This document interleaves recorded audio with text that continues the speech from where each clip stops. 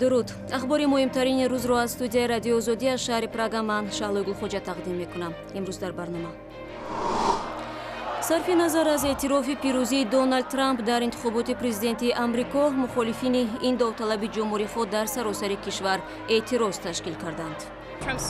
توانایی دونالد ترامپ برای سفربری افکار پنهانی تبعیض کننده انسانها وحشت آور است و باید به طور فوری نشان داده شود. روز میلیسای تاجیکستان در چه حالی تجلیل می شود؟ و همچنان گزارش داریم از دهه‌ای که در آن 300 مادر قهرمان به سر میبرند. و حالا تفسیر خبرها. بعد اعلان پیروزی غیر چشمداشت دونالد ترامپ در انتخابات پرزیدنتی آمریکا، روز چهارشنبه هزارها نفر در شهرهای مختلف این کشور از بوستون تا لس آنجلس جمع شدند. گردآمدگان با شعارهای مخالفت با پیروزی این داوطلب جمهوری‌خواه می‌خواستند تاکید کنند که بعضی عقیده و پیشنهادهای پیش از انتخاباتی ترامپ در مورد اخراج میلیون‌ها مهاجران بی‌حجت، مسلمانان، زنان و اقلیت‌ها غیر قابل قبول است. ما میدونیم که چیزی را تغییر داده نمیتوانیم و نتیجه را باید اعتراف کنیم، ولی میخواهیم دانند که ما را نادیده گرفتند. این دهشت است. توانایی دونالد ترامپ برای سفربری افکار پنهانی تبعیض کننده انسانها وحشت آور است و باید به طور فوری نشان داده شود. اعتراضها صرف نظر از آن دایر شدند که داوطلب دموکرات هیلاری کلینتون شکستش در انتخابات را اعتراف نموده تاکید کرد که دونالد ترامپ باید امکان داشته باشد که کشور را رهبری نماید. پرزیدنت آمریکا باراک اوباما اظهار نمود که روز پنجشنبه پرزیدنت منتخب دونالد ترامپ را به قصر سفید دعوت میکند. I had a chance to talk to President-elect Trump last night. من امکان داشتم پرزیدنت منتخب را شب گذشته از ساعت‌های تخمیناً 3:30 صبح با پیروزیش تبریک نموده فردا او را به قصر سفید دعوت کنم. هدف انتقال آرام قدرت است. پنهان نیست که من با پرزیدنت منتخب نظری به قدر کافی مخالف دارم، اما 8 سال پیش من با پرزیدنت بوش نیز اختلاف‌های جدی داشتم، ولی دسته پرزیدنت بوش به طور خیلی هم حرفه‌ای دوره گزارش را تامین کرد. یک چیزی را که شما زود می‌فهمید این است که مقام پرزیدنت و نایب پرزیدنت از هر یکی ما بزرگتر است. از این رو من به دستگاه هم دستور دادم مثل دستگاه پرزیدنت بوش که 8 سال پیش کرده بود کفالت دهند تا انتقال قدرت به پرزیدنت منتخب موفقانه تطبیق شود. دونالد ترامپ 20 январ سوگند پرزیدنتی را یاد نموده زمام قدرت را از باراک اوباما دموکرات که 2 دور رهبری آمریکا را بر دوش داشت به دست خواهد گرفت. در همین حال سفارت آمریکا در دوشنبه به شهروندان کشورش در تاجیکستان هشدار داده است که از احتیاط کار بگیرند و سفر به ولایت مختار بدخشان خودداری نمایند. سفارت با نشر پیام در تورنمای خود گفته است طبق اطلاع آنها گروه‌های تروریستی می‌خواهند مکان‌های سیر و دم را مورد هدف قرار بدهند و یا مرزی دولتی با افغانستان را عبور کنند. هشدار سفارت در حالی است که به قول خبرگزاری افغانی پژواک جنگیان گروه طالبان در ولایت کندوز فعال شدند تا به تروریست‌های خارجی شرایط فراهم سازند که به قلمرو تاجیکستان و ازبکستان وارد شوند. از افغانستان باشد ما گزارش درباره بازگشت احتمال مشهورترین پناهنده افغان شربت گل داریم که در ادامه برنامه پیشکش می شود. اما حالا درباره تجلیل روز میلیسای تاجیک صحبت میکنیم.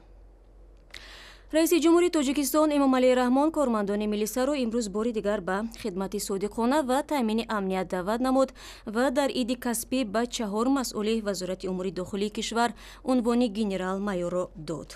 کارمندان امور داخلی در شرایطی از روز میلیسا تجلیل میکنند که سالهای اخیر اسم آنها بارها در قضیه‌های مربوط به فساد و بدرفتاری و شکنجه ذکر شده است. زرانگیز نوروشا با علی اکبر عبداللهیف یکی از سابقه‌داران میلیسای تاجیک در مورد عامل‌های کاهش اعتماد مردم به آنهایی که باید حامی حقوق و پشتیبانشان باشند صحبت کرد. نخست جشن میلیسا برای شما هم که سابقه دار این ساحه هستید مبارک باشد و تشکر. اصلا میلیسای تاجیک همین جشن خود رو در شرایط تجلیل میکند که یک جنگ رو یک نارامی رو پشت سر کرد و در این سالهای بعدی هم با چالش‌های زیادی روبرو شد. شما که سابقه دار این ساحه هستید حالا چی بها میدید به فعالیت میلیسه های امروز؟ راهبریت وزارت کارهای داخلی با سرور دولت پیشنهاد کردند به حکومت جمهوری تاجیکستان و آنها میخواهند که این ساختار را یک تکمیل بدهند، یک دیگرگونی، یک تحولات به وجود بیارند. اینم قابل قبول است.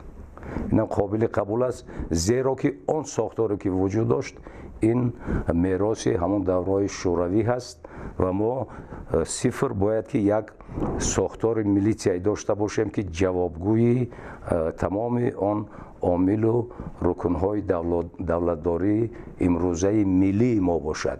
تشکر. اما با وجود همه این پیشرفت و شرایطی که شما هم یادآور شده در این ساحه، بازم رسانه ها و مردم وقتی صحبت میکنی از موردهای مثلا آزار و شکنجه شدن از سوی میلیسه ها یادآور میشوند و این را هم میگویند که در چهره میلیسه هنوز هم یک حامی حقوق را نمیبینند و بعضا هراس هم دارند. امروز در صفهای میلیسیا بعضی نفرهای هم وارد گشتند که به نام این مقامات داغ میارند، اسناد میارند و من تا جای خبر دارم راهبریت وزارت کارهای داخلی و خدمت بخطری داخلی این وزارت پیوسته در این سمت کارهای معین کردن چنین شخصان را میگذرانند، اونا را آشکار میکنند، با جوابگری انتظامی، با جوابگری جنایتی حتی میکشند. لیکن با وجود این چنین شخصان حالا هم در صف مقامات امور کارهای داخله موجود هستند. ما آشکار میگوییم که البته ما خواهیم نخواهیم که تاثیر آن مرحله‌ای که ما گزارش داشتیم همچون دولت تازه استقلال، البته در اون وقت جنگ شهروندی من چخیل که پیشتر قید کردم با ارگان‌های میلیسیا بسیار شخصان تصادف در آمدند، چی از گروه فرانت خلقی میگن، چی از دیگر رو و بعد باز من قید کردم که بعد یک زمان همون اتستاسیون گذرانده شد و از این نفرها ساختارهای میلیسیا تازه کرده شدند. به نظر شما باید چیکار کرد که دوباره همین اعتماد بگیرد؟ مهم است که کارمندان میلیسیا نزدیکتر به خلق شوند. شکل کامل مصاحبه با علی‌اکبر عبداللهیفро дар сомонаи www.ozodi.org тамошо кунед. ва таври ваъда додем акнун гузориш аз афғонистон. афғонзани маъруфи чашмобӣ ва қаҳрамони маҷаллаи National Geographic ки бо акси солҳои наврасияш ба симои муҳоҷирони афғон дар саросари олам табдил ёфта буд, баъди ҳиҷрати тӯлонӣ ва тақрибан 2 ҳафтаи боздошт аз Покистон бо фарзандонаш ба ватан баргашт. Шарбатгул ва хонаводаашро дар як маросими вижа раиси ҷумҳурии Афғонистон бо тӯҳфае истиқбол кард ва аз ӯ ба унвони тасвири орзуҳои Афғонистон ном бурд. چشمان سبز شربتگل پس از دیدن بسا مشکلات روزگار و اخیراً دیوارهای زندان، امروز با دیدن رئیس جمهور غنی اشک خوشی می‌ریزد.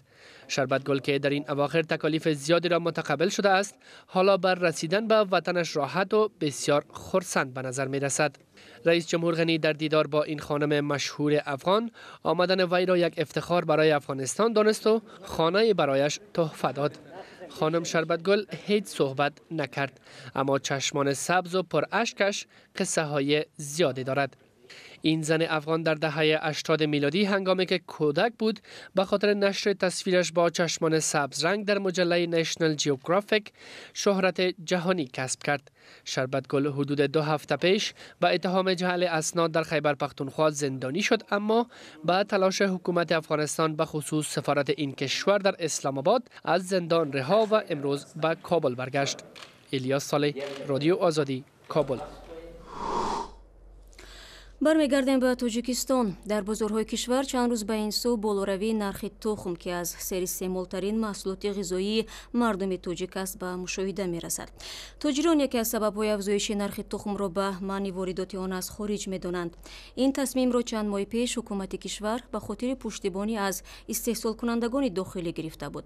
аммо сокинон дар суҳбат бо шодмони ятим гуфтанд, дар охири амр боз ҳам зарба ба ҷайби онҳо зада шуд. дар тоҷикистон қимати тухм яке аз маводи ғизоии аслӣ боло рафтааст ва мояи норозигии мардум шудааст.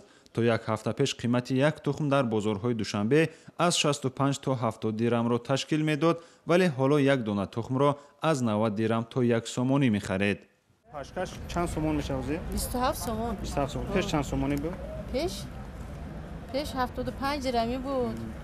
21 сомон буд. 1950 буд. чанд муддат шудааст ки ин гарон шудааст нархи тухм?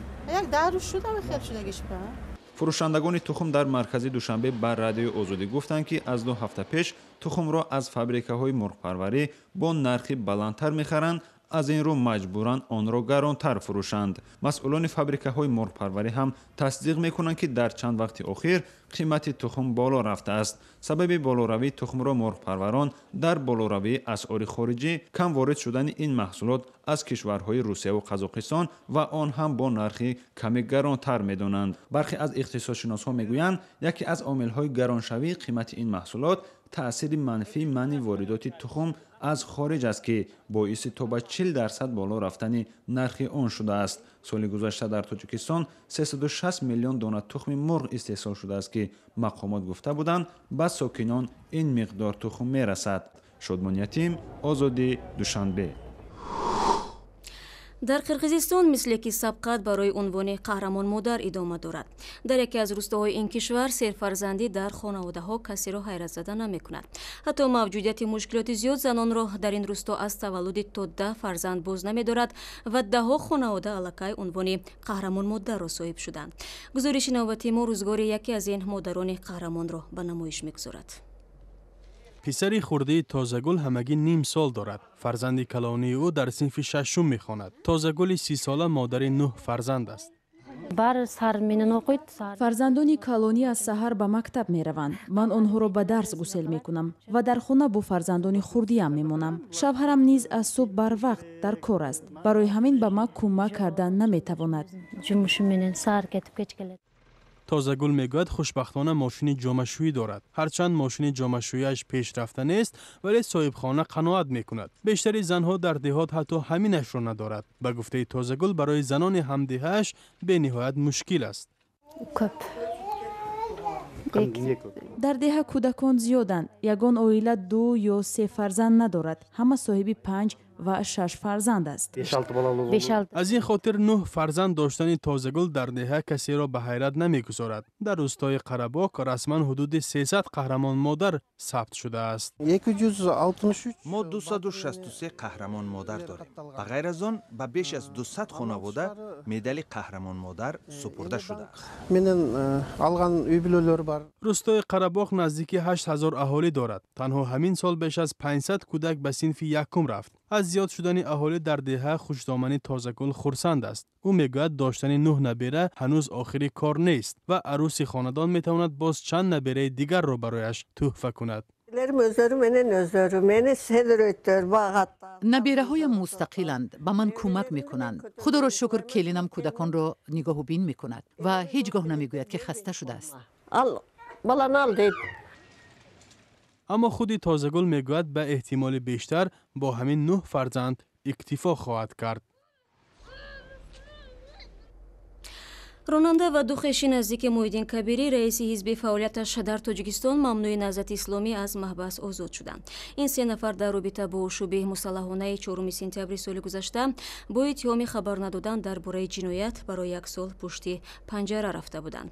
мақоми раёсати иҷроии ҷазои Вазорати Адлияи Тоҷикистон мегӯяд, ин афрод дирӯз пас аз адои муҳлати ҷазои таъиншуда ба озодӣ баромаданд. мурофиаи додгоҳи ин се нафар аз оғоз то анҷом пушти дарҳои баста ва парвандаи ошӯби мусаллаҳона зери муҳри махфӣ баррасӣ гардида буд. бо нашри ин хабар барномаи имрӯзро поён мебарем. ахбори бештарро дар вебсайти озодӣ.орг ва саҳифаҳои вижаи мо дар шабакаҳои иҷтимоӣ бихонед. мо ҳамчунин ворҳои диданиро дар YouTube мегузорем. бо мо ҳамеша дар ҷараёни хабарҳои тоза хоҳед буд.